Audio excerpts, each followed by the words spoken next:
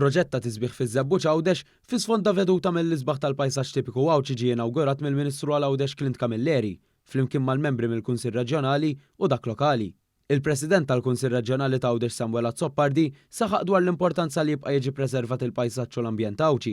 Qal li proġetti bħal dawn iservu ta' spazji miftuħa fejn wieħed jista' jqattaħ interrilassament flimkien mal-ħbieb u l-familja.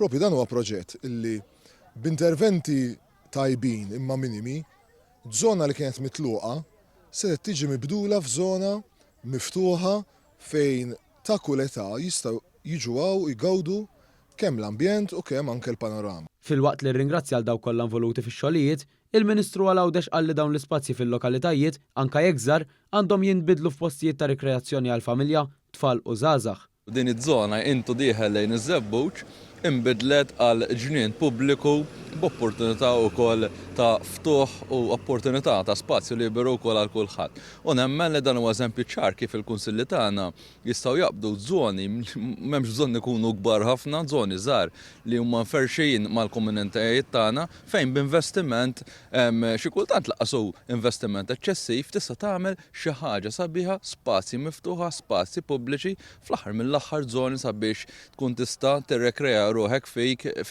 kemm inti u kemm il-familja tiegħek.